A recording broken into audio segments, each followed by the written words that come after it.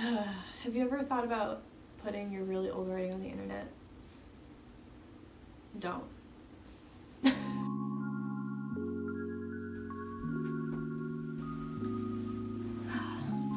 Hi, my name is Anna. I'm a fantasy writer who sometimes makes videos, and today we are doing a video that feels like 3 videos mashed into one. I saw a really great video that Katie Ann did where she tier ranked first lines of novels that she's written. She changed up the tier categories to be like TikTok audios. I loved it and I decided I was going to steal it and make it into a video of my own. I will have Katie's video linked down below and please go watch it. But thank you, Katie, for letting me just completely recycle your great idea. But I got my wheels turning about my first lines, and could I even remember any of my first lines? Kind of gave me some curiosity about what I would find if I dug into my collection of first lines over the years. But I'm not cool enough to know TikTok audios. I am an elder millennial.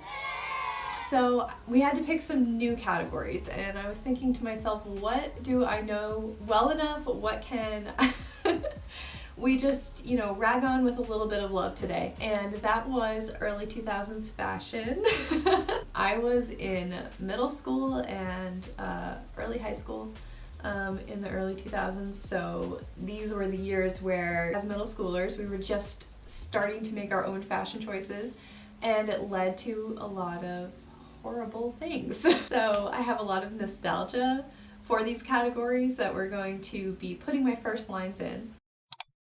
Let's go over the categories. Just quintessential 2000s fashion. At the very bottom, we have low-rise jeans. Are we surprised? I can never be convinced ever again in my life to wear a pair of low-rise jeans.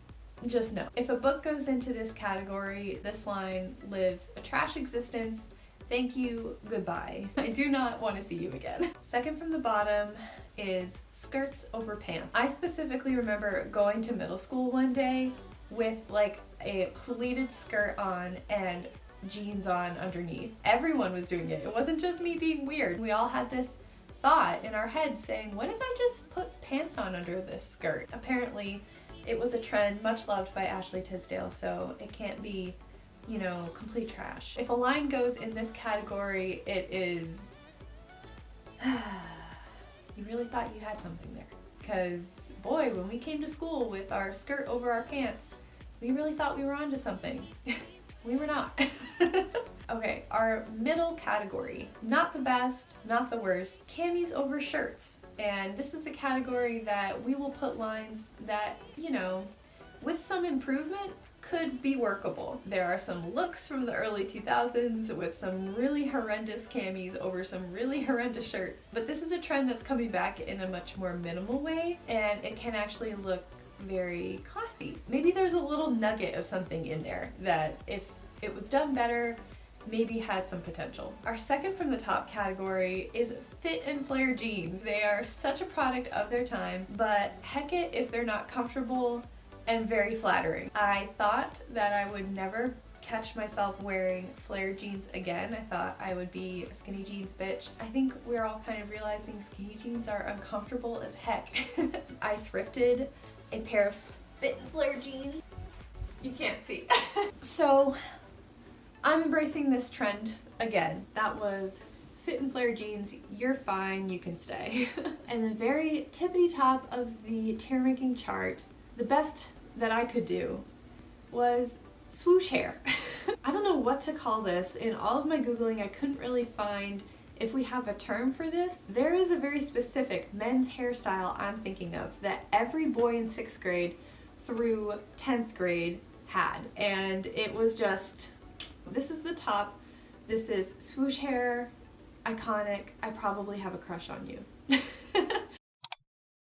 Okay, welcome to the tier ranking chart. Here we are.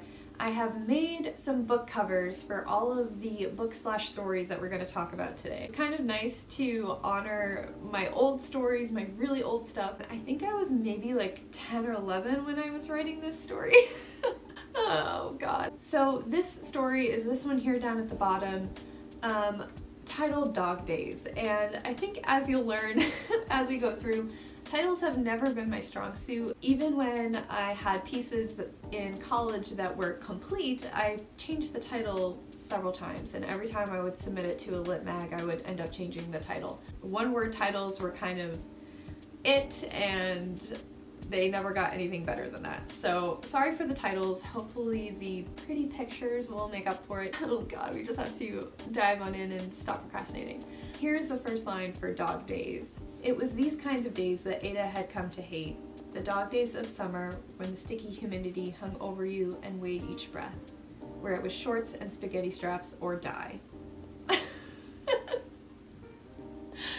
Oh god. I love the dramaticness of the last line. I think it just kind of gives away how young I was when I wrote it. This story really surprised me when I went back and read it. The voice was super mature, and I think when I was young I wrote with a very adulty sounding voice, but man, this first line is really horrible. Talking about the weather, not the best. I just don't like it. I just don't like it. Dog Days. I'm just gonna put it in low-rise jeans because it's really not doing anything as far as skirts over pants. We're not trying to innovate here. It's not really improvable either. If I was going to start it, I'd start it in a completely different place. So that one, sorry 10-year-old me, low-rise jeans. Okay, chronologically, the next one is this pirate book here titled Escape. And once again, never gave it a title, so that's what we got. This was the first novel-length project I can remember working on. Late middle school, and probably worked on it like 8th grade, 9th grade sort of deal. I was super into pirate books and pirate stories, and I still am. I'll be trash for anything pirate romance, like, please, I'm there. It was the first thing of novel size I ever attempted, but I didn't know how to outline or plot or anything. So I was literally just pantsing, trying to see how far I could get with pantsing. And the longest I ever got was 11K, so it didn't go that far, but I still have a soft spot in my heart for it. And the first line is, I used to feel guilty about stealing. I think it's alright. It gives a little bit of insight immediately into the character, which I like. The first scene I remember was, I think, her like breaking in and stealing some money. It's setting up a first scene full of action. We get a little bit about her character. She had a conscience, but her situation has kind of forced her to let some of her morals go. I think it sparks enough curiosity that you would read the second line at the very least. I'm kind of stuck between fit and flare jeans or camis over shirts because I don't know if there's anything about the line specifically that I would improve. Obviously it's not very long, we couldn't tweak it very much. So I think I'll just do fit and flare jeans, you're fine, you can stay. Okay. Oh god. Okay. Chronologically, the next one up is the spy novel, which is called The Witness. Yeah, as far as tropes, I really loved when I was a teenager. It was definitely pirates, and it was definitely super spies. I was a huge fan of Chuck, all the Alex Rider novels. My mom, when I was a kid, got me those spy kits from the Scholastic Book Fair. I was just super into it, so it doesn't surprise me at all that I tried to write a novel about a group of super spies. Once again, I didn't know how to plot, I didn't know how to outline. So I just kind of pants the scenes that popped into my head and tried to kind of sew a web together. That's not how you should plot. The whole idea was there was a college girl who was involved in some very horrible event where she had to go into witness protection. The security level would require her to go into hiding with a group of super spies, and they would all pretend to be roommates. Again, I totally ripped off Chuck and loved the idea of Sarah, the super spy, having to pretend to just be in a normal life. I hate this first line already, but okay, here we go. It was a sticky night in May that I considered knocking my plastic cup off the railing just so I wouldn't have to drink the rest of it. I don't love it. Once again, it kind of immediately gives us some insight into the character. She's a college-age girl attending a party right before the semester is going to begin. A brief glimpse into her normal life before everything goes to shit and she has to go into witness protection. It's just kind of bland. It doesn't totally invite the reader in. Like, if she's bored of this party, the reader also feels bored of the party, so I could have maybe set up something a little more exciting. I'm gonna put it in camis over shirts, I guess. It could be improved. It's not like offensively bad, and I didn't at the time think it was very good either, so I'm gonna say that with some rewrites, maybe it could be turned into something. This one I actually did give a title, and unsure how I feel about it now. I think it would be completely nonsensical to anyone who didn't know what the story was supposed to be about. But this was a book that I tried to write in my later half of high school called Pretty Word Smackdown. And it was basically a John Green ripoff. I was just trying to write teenagers being teenagers. I always tried to write older than myself when I was growing up, and I think this was the first time where I just tried to write my own age category. Once again, no plot, just vibes. Didn't know how to outline. I just wrote any scene that popped into my head, whether it was the beginning, the middle, or the end, and hoped that I would maybe figure out how to weave them all together the more that I wrote. I don't even know. I don't know if I ever figured out what the plot was going to be. I just wrote a lot of scenes of them hanging out in abandoned houses, and they started a contest of finding the most unique and peculiar words. And that's where the John Greeniness comes in. There's also a Manic Pixie Dream Girl in it. I kind of wanted to play around with that. And I submitted a few snippets of it in my very first college workshop, but it never got off the ground. So, God, okay. The first line is, it was at 11:43 p.m., the old time, when I received her text. 42 Old Pine Road. I don't like how it's written.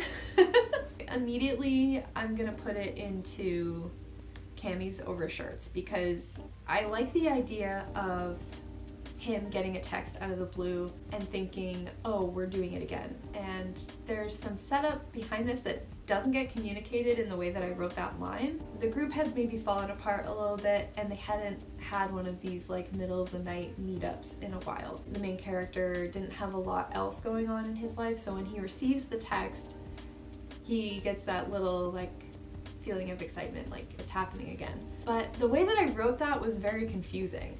It was at 11:43 p.m. the old time when I received her text. And it's like, what does the old time mean? Like, I wanted it to mean he would always get the address at 11:43 p.m. or something. But I don't think that comes across, and it's just kind of confusing. We are now in college. First short story I ever wrote was Point B. It was a speculative fiction short story, like maybe 30, 40 years in the future, where there is a decision-making tool tattoo on everyone's arms, and that tool was called Atlas. It was supposed to show basically the result of your choices. If you made one choice, what would be the result of the second choice? Basically your point A and your point B. Point B was the first story that I ever submitted for my college class and had workshop, so I was very nervous about it, but I also put it off so long that I wrote it all the night before. But it was really easy to write. It just kind of flowed out in one sitting. It was also the first short story I ever published, so I submitted it when I was in college to the North Central Review, which is just an undergrad mag. I don't think it's in print anymore, but they used my story to inspire the cover, which is cool. That was fun. But okay, first line. What's the matter with you? Lana asked, looking away from the road just long enough to glance at Jeremy. He was scratching away at his left forearm, had been for miles. He didn't even realize he was doing it. It is okay. I can tell that I went back and forth on the tense a lot on this one, and so there's a little bit of awkwardness. Scratching at his left forearm, had been for miles. He didn't even realize he was doing it. That kind of feels a little jumbled to me. But good things about it, I like that it's immediately establishing the tension between Lana and Jeremy, because their relationship breaking down is kind of the idea of the story. You can kind of tell from her snippiness that something is going on. She doesn't say what's wrong, she says what's the matter with you, and I think you immediately get a sense of unease for why he's so incessantly scratching his arm and can't stop doing it. And that sense of discomfort and uncomfortableness with the device kind of grows and grows and grows until he basically can't stand it. So I think it's effective enough. I'm going to put it in fit and flare jeans. You're fine, you can stay. The next piece that I wrote for college my freshman year was this story called Hawthorne. I cringe a lot internally when I think about it, but I also have a lot of fondness for it too, because on a line level, I really like the way that I wrote it. I liked my writing as far as the prose. The story itself, makes me want to curl up into a ball because it was just really cliche. You know, me, a writer, writing about a writer. The idea is that the main character, Amory, is going on a writing retreat to try and bang out this book that she's overdue to turn into her editor.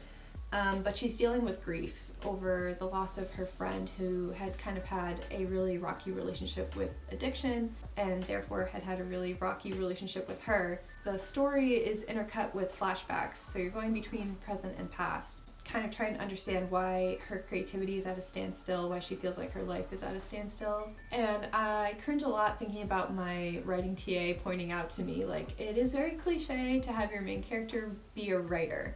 And as soon as she kindly and gently said that to me, I was like, oh God, you're so right. And I was so embarrassed. That was the story where I really saw the power of revision. I never did any revising in high school. And so this was the first time where I did workshops several times and saw how much beta readers really will help you change your work for the better. Okay, the first line of Hawthorne. I begin the day the same as the last three, deciding whether I'm hungry enough to go down the hill. I like this one. I think it's simple. It kind of establishes that fact that Amory feels kind of stuck. And the simplest things kind of feel difficult to her right now. Maybe that first line might make you wonder, why does she have to go down the hill to get food? It's because she's at a writer's retreat where all the writers are in their own cabins and it's very secluded. I do like it. So, I'm gonna put it in swoosh hair. I don't know if I'm gonna get any other ones in swoosh hair, so I'll take that one. I think that one was pretty good. Okay, the next story is Good Luck Ted. Wow, this was a story that I kind of think about returning to sometimes because I really love it. I love the way it was written. There are some of my favorite lines I've ever written are in this story. I was thinking a lot about To Kill a Mockingbird, writing a story from a young person's point of view, and I kind of wanted to do the reverse of that, where a young person is idolizing someone and finds out that they're not deserving of that idolization. So the story is set in this town that's kind of down on its luck. They have a really great baseball team, and that's kind of what the town holds on to. This young girl and her friend are kind of have this girlish crush on the pitcher.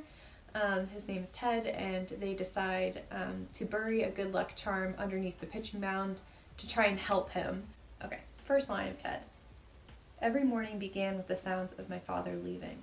I like it, but once again, I can see how I originally wrote this in present tense and was switching it back and forth at my professor's advice. It kind of establishes the setting. That whole first paragraph is about the fact that the main character's father has to go to work for long hours at the factory, and he's not with them very much. But her fondest memories are of playing baseball with her dad and going to the baseball games with her dad, and that was their special thing. So it kind of helps set up why baseball matters so much in this story. So I do like it for that reason, but I think I would retweak it kind of back to how I might have had it in the first drafts, which were in present tense. Each morning begins with the sounds of my father leaving.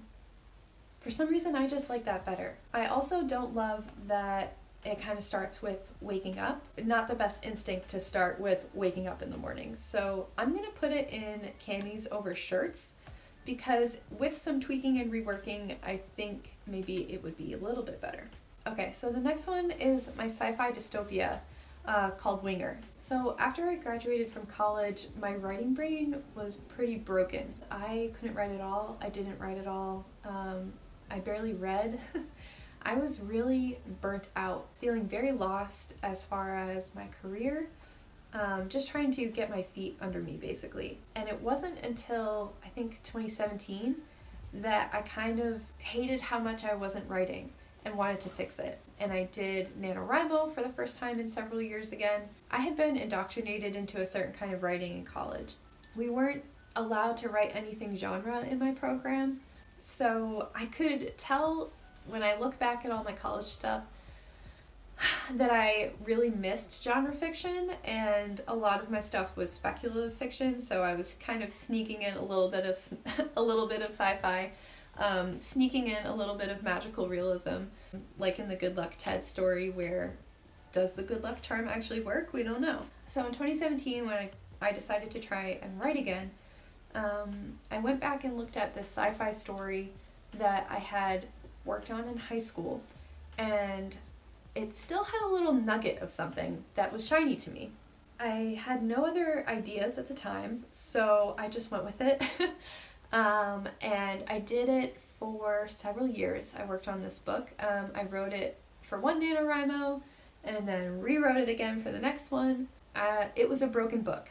The story wasn't working, and dystopia was not a genre that I loved anymore. Although the characters had a little bit of shininess that really attracted me, the story and the setting, I was really forcing myself through, and I just had to let it go. But this was the book where I was teaching myself how to plot. This is the book where I finally read Save the Cat and learned about beat sheets. So I think of it fondly, but it was a broken book. And the first lines were, "I don't know who she is or where she is. I only know what she's told me in her letters, and we both make sure that they don't contain very much." I don't know. It sets up a little bit of mystery, but it doesn't give me very much character. And that was something that was kind of one reason why this book was broken. It kind of all hinged on this relationship between these two people that are writing back and forth to each other, but I could never find a way to make their relationship feel interesting. It's kind of just bland.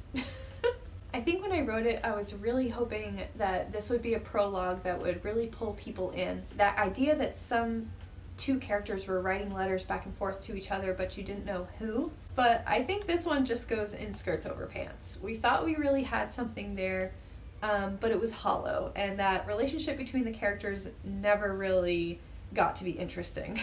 Okay, the next one that we're going to talk about is this one here, called Marigold. I had stopped working on Winger for quite a while. I kind of got the urge to write some short fiction again, and I wrote it, the first draft, in one sitting at the library one day. I just woke up that Saturday and said, I want to write a story today, in one sitting. Just like I used to. Yeah, it was 2019, and the year previously I had lost both of my grandparents, and I think that subconsciously was on my mind. I was thinking a lot about my grandmother and her experience of memory as she was at the end of her life, and the way sometimes she would seem incredibly lucid and just like always, and sometimes it was not that way. First line was in my head immediately.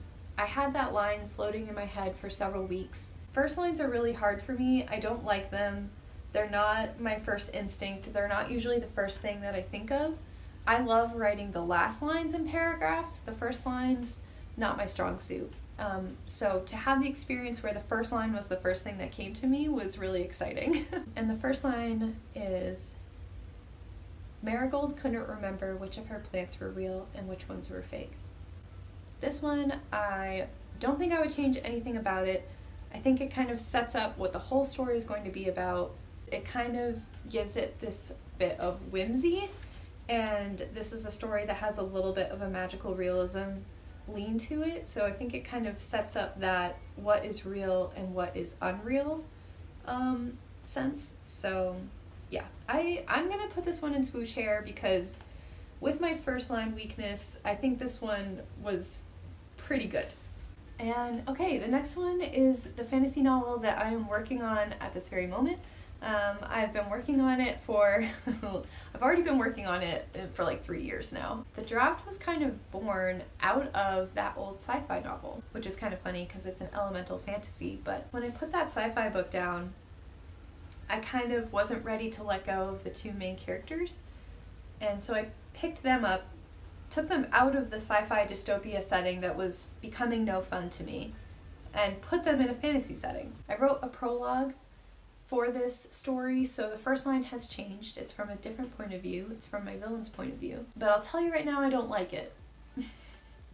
Anyway, okay. Ciro Jr. was looking forward to this day. He had waited with relentless anticipation for the time when he would be old enough to return to his home and conquer it. I don't know, man. I just think it's so heavy-handed. and it's a zero draft. That prologue has been zero drafted and that's it, so don't judge me. This is not a revised first line or final first line whatsoever, but I think it's going in skirts over pants. Because I really thought I had something there, and I kind of took that tone and applied it through the whole rest of the prologue, and I think that's why the prologue was really fun to write. But I think when I go back to revise it, it's going to have to come down quite a lot, be a little more subtle and elegant than that. I would really like it if the paragraph opened with him returning home and maybe some uneasiness, there's some tension, and then maybe at the end of the paragraph, the last line of the paragraph is about the fact that he's here to take over the home, and make it his. Introduce him as the power player in this book. But as the first line, it's just like a really clumsy punch to the face. It gets across what I want the whole prologue to do as a whole, but on a line level, this could be a lot more subtle. So the very last one that I have to talk about is a little secret project. And I'm hoping to write this book for a Camp Nano this year. It is something that I wrote down a little one chapter part of. I don't know what to call it. I'm calling it time travel romance in my head because the main character gets sent back in time to maybe see if she can change the fate of her one that got away. Kind of is inspired by my own life a little bit, not because I have the one that got away, but I think a lot about how all the dominoes had to fall in exactly the right order for my husband and I to meet. We randomly got paired up together in this psych project, and if we hadn't been randomly paired up by our professor, would we have ever met? I don't know. If I had been accidentally sent back in time with the mission to re-meet my husband, could I do it in the same exact way with the same exact outcome? So that's the gist of the story. For the little snippet that I have written thus far, the first line is, "It was impossible to tell how long she'd been under. When her thoughts stirred again, they were sluggish and lost. And yet she had the immediate feeling, like sleeping past an alarm, that some too long amount of time had passed." I like it, but I can tell you right now, it's not going to be the first line. So this is after she's been sent back in time, and she's just coming up in this new time. It doesn't work as a first line because we don't have the setup of her current life. Once again, having the book open with a waking up of sorts is very cliche and not that interesting because we don't have any connection to the character yet. So this one, I like the feeling that I'm trying to get across, like that feeling of, oh god, I've been out of it for a really long time. What time is it? Kind of feeling. It doesn't work too well as a first line, but maybe it would do all right as like the first lines of chapter 3. I'm gonna put it in camis over shirts. So that was all the stories that I have to talk about. Here is my tier ranked list. I'm kind of surprised that we have so many in the first 2 categories. Because I really feel like first lines intimidate me a lot. They're really important and I don't think I get them right very often. This was really fun. It was fun to kind of go back in the vault, reflect on my old projects and kind of say thank you to my past self by making her all these pretty covers, and to say thanks for persevering through all of these stories.